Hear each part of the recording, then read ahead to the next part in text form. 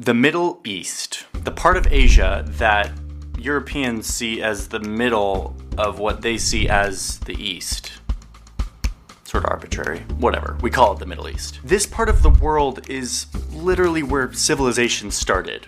Right here in modern-day Iraq. And over the years, the borders here have been redrawn many times as empires have ebbed and flowed through this region. The most recent carving up of this region happened by European powers. The French, the British, the Russians. I mean, are we surprised? No.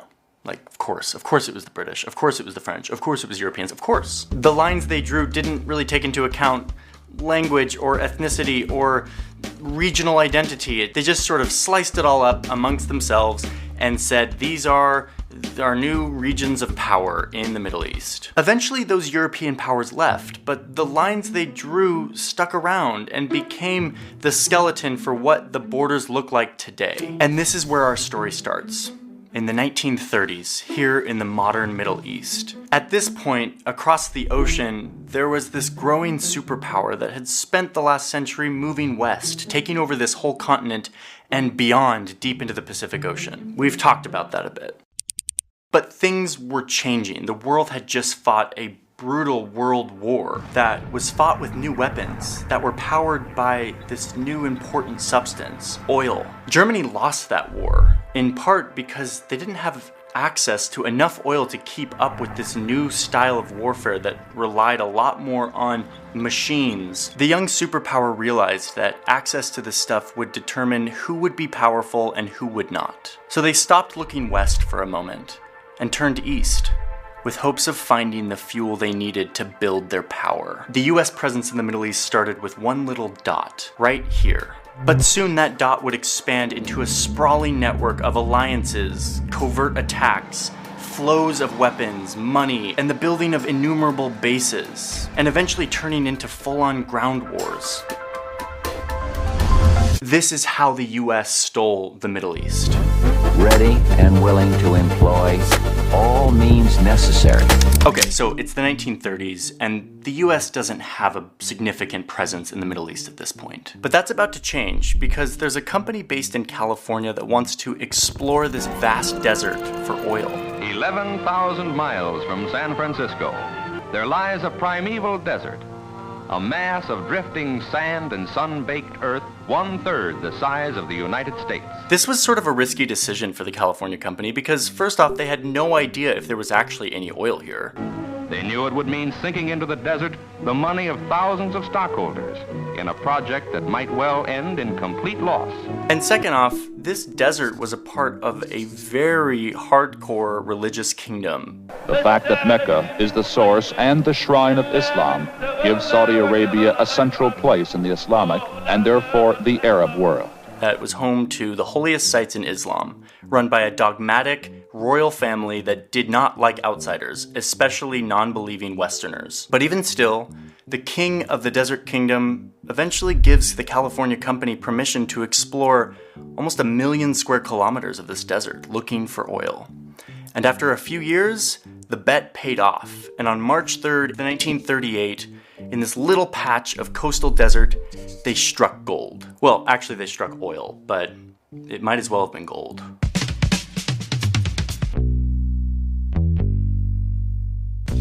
So throughout the 30s and 40s, American oil executives, workers, and their families started flocking to the Middle East, establishing the first significant American presence in the region. They set up little cities around the oil operation that were little slices of America, full of the deepest sinful behavior, like allowing women to drive and the consumption of alcohol. Here is another American colony, complete with air-conditioned houses, 2 hospitals, and an outdoor movie theater. This is the sort of stuff that is very off limits in Saudi Arabia. It's literally illegal at this point. So you have a lot of Saudis who are not happy about their government letting the Americans in to behave however they want. But the oil kept flowing, and soon the US government goes to the royal family and says, listen, the oil is flowing better than ever, this is awesome, how about we build a little military base attached to our little oil city so that we can, protect you and protect us and protect the oil and stuff. And the Saudis are like, okay, having the great Satan come to our country for oil is one thing, but letting them set up a full-on military base on our soil, and especially when like everyone in our country is not happy with their presence in the first place. But, said the royal family, all of this oil is really valuable and it's really nice and we're getting super rich, so they're like, yeah, sure, set up the base. But there was one stipulation that the Saudis had for the Americans. You are not allowed to literally plant a flag, no flagpoles of the United States. You cannot put your flag anywhere on this base. Instead, you can put a little plaque on the side of the building so that your flag is not literally on our soil. And that was the deal. And that's exactly what happened. The US sets up its first military operation in the Middle East in the form of a landing strip that is right next to this oil field. Okay, so all of this infrastructure that the Americans were building required someone to build it. They needed a construction company. And there was one construction company that the Americans really liked that helped them build their oil city and their base. This company was founded and run by a guy named Mohammed. Now listen, do you think I'm really giving you the backstory on the construction company that built the air base in the oil city just because that's interesting and I like to talk about construction? No, this is actually very relevant to the story, and you will see why very soon. So the Americans and the Saudis are having this forbidden oil bromance, and it's going really well, and they are just, the oil is flowing, everyone's getting rich, and meanwhile, the rest of the Middle East is looking at Saudi Arabia and they're like, dude, WTF, why are you like in bed with America? And like, why are you letting them set up a landing strip in your country? And the Saudi royals are like, do you realize how rich we're getting right now? Like, if you were in our position, you would do the same thing, Egypt. Okay, so it's the 1950s, and let's get back to Mohammed, the construction guy. His company, by this point, is thriving. The American presence in oil land is just exploding, and he is building all of the stuff for it. And so this guy has a giant business. And he starts to have children. Well, in fact, he had a lot of children, like 54 children, because he had 22 wives, because that is a thing in Saudi Arabia to this day. Anyway, the point is, one of Mohammed's sons is named Osama.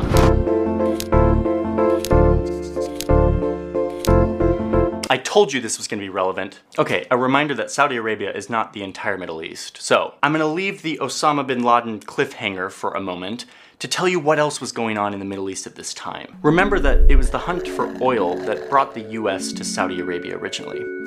But now, in the 50s and 60s, there was a new reason for the US to think about the Middle East. And that reason is because there's another big superpower that has nuclear weapons, called the Soviet Union, who is coming into the region and saying to everyone, come join Team Communism. And the US is like, hold my beer.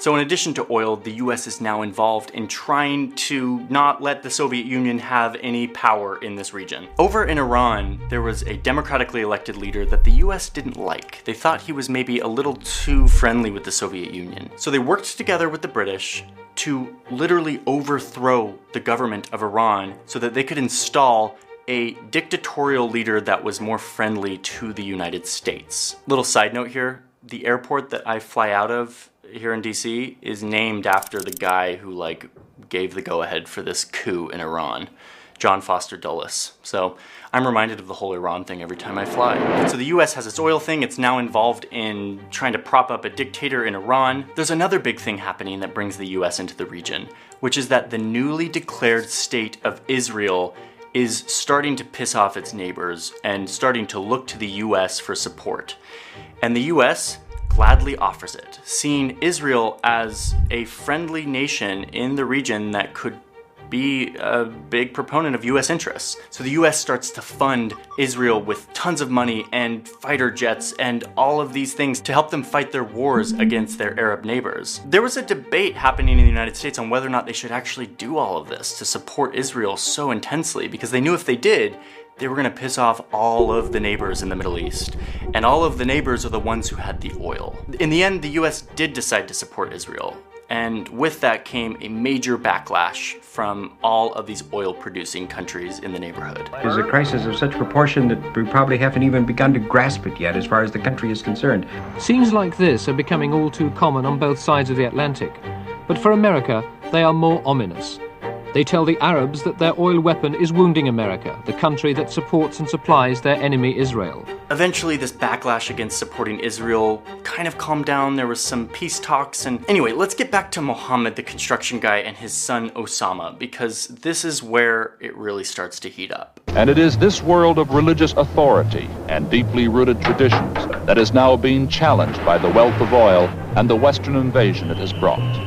So it's now the 70s, and Mohammed bin Laden, the construction guy, is now insanely rich. His construction company is giant, his 54 children are also rich, and his son Osama is growing up and is in his 20s and is looking around at all of this stuff happening in Iran and in Israel and is starting to feel really uncomfortable with the notion of his family being so supportive of American presence in the Middle East and his government, this religious kingdom, home of Mecca and Medina, being so okay with the US so embedded in the Middle East at this point. These are ancient, holy lands. Why is my government and my family supporting this great Satan superpower coming in and becoming so involved in the Middle East? So bin Laden sets out on a lifelong quest to fight back against these superpowers, not just the US, but also the Soviet Union, invading the Middle East. He heads to Afghanistan, where the Soviet Union is invading Afghanistan, trying to take it over. Bin Laden wants to fight back.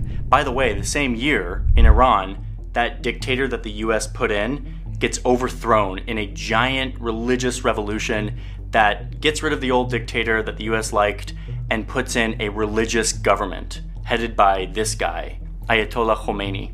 This new government takes a bunch of Americans hostage and starts off hating the United States. And I mean, can you blame them? If someone overthrew the person I elected, I would be pretty pissed too. So anyway, back to bin Laden. He arrives to Afghanistan with a few things. Number one, a bunch of money. Remember, his family's like super rich. He also comes with construction infrastructure because he's like a construction guy. Like his family knows construction and infrastructure building. But most importantly, he comes with an obsessive dedication to fighting back against any superpower that is invading the Middle East. So Osama joins in with all of these rebel fighters who are fighting back against the Soviet Union. And they fight a long, brutal war. By the way, the US was secretly loving this, loving that the Soviet Union was getting like beat back by these like rebel fighters. So they end up sending loads of weapons and money and support to these fighters, something that will come back to bite them a few decades later. Eventually, Osama and the Afghan fighters beat back the Soviet Union. It was 10 brutal years of war, and by the end, these fighters were battle-hardened. Osama was now completely dedicated to his cause of fighting back against superpowers who were coming into the Middle East. So he returns back to Saudi Arabia, where he starts raising money and awareness for his new group that he started while he was in Afghanistan. It's called Al-Qaeda, and the mission of the group is to protect Islam through violently striking back against big superpowers coming into the Middle East. And Saudi Arabia's like, Osama, like, do you have to do this, dude? Do you realize how rich we're getting?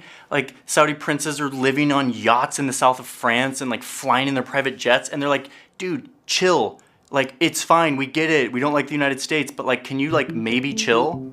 Our partnership with the United States is actually turning out to be really great. And I know, yeah, they're really into Israel and they're really bad and everything. But, like, they buy our oil and they give us weapons. And we're, like, doing just fine over here.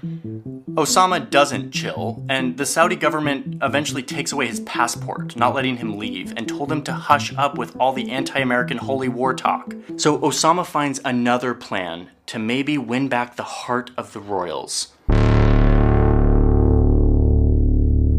Saudi Arabia has a next-door neighbor named Iraq who was run by Saddam Hussein, who Osama sees as a really bad Muslim, totally secular and brutal, and he's just like not a good guy. Saddam is also cashing in on the oil boom. He's building big palaces and statues of himself all over the country. Oh yeah, and he also used the oil money to build a giant army, like the fourth biggest in the world.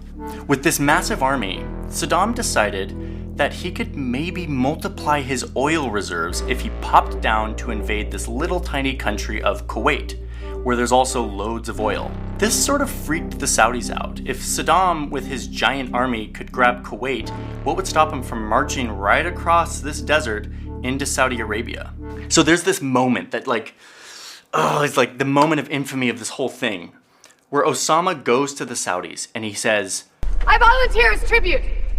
He doesn't actually say, I volunteer in tribute. That was Hunger Games. I believe we have a volunteer. But he effectively says, I have me and my battle-hardened men who can go in and fight against Saddam and defend the kingdom.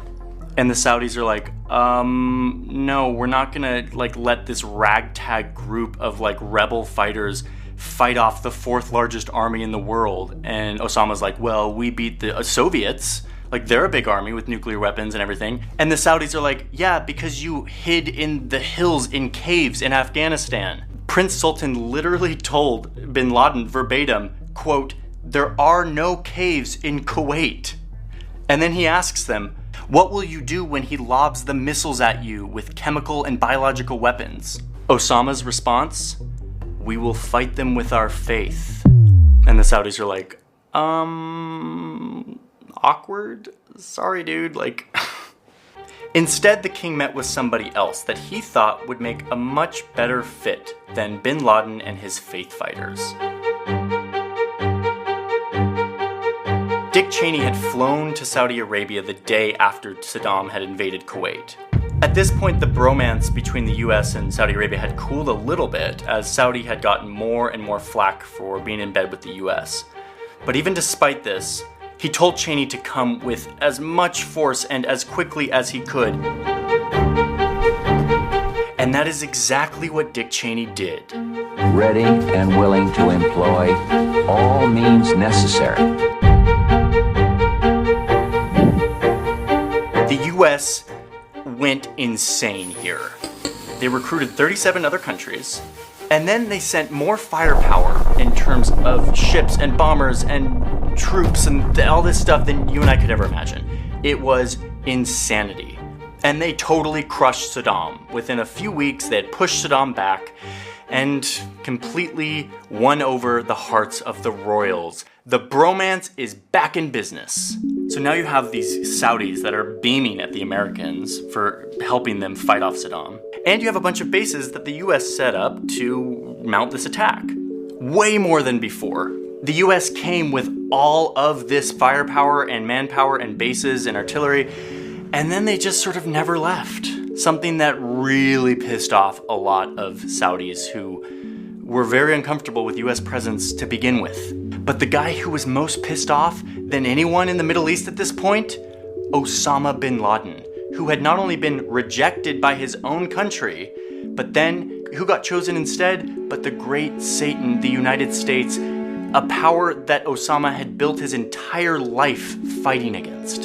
So Osama bin Laden starts to double down on his original mission. He leaves Saudi Arabia and begins coordinating very precise attacks that could really only be coordinated by a guy who was good at technical details of a construction company and who had lots of money to fund it. He carries out attacks against the United States all around the world.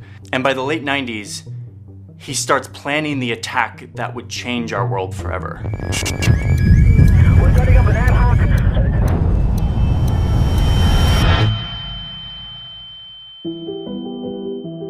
So this is just the first half of the story. What happens next is something that we're all kind of familiar with.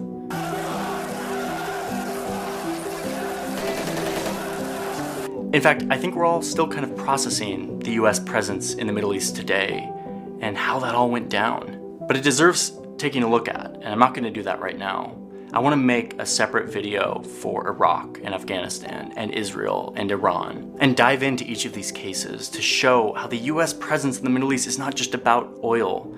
In fact, oil is becoming less and less of a vital aspect of the US presence as we have alternative sources of this sort of energy. Instead, our presence in the Middle East has become a fixture of how we think about foreign policy and how we think about the map. It's become so embedded in our military doctrine and in our foreign policy doctrine that it's proving to be really hard to think about how we could ever get out.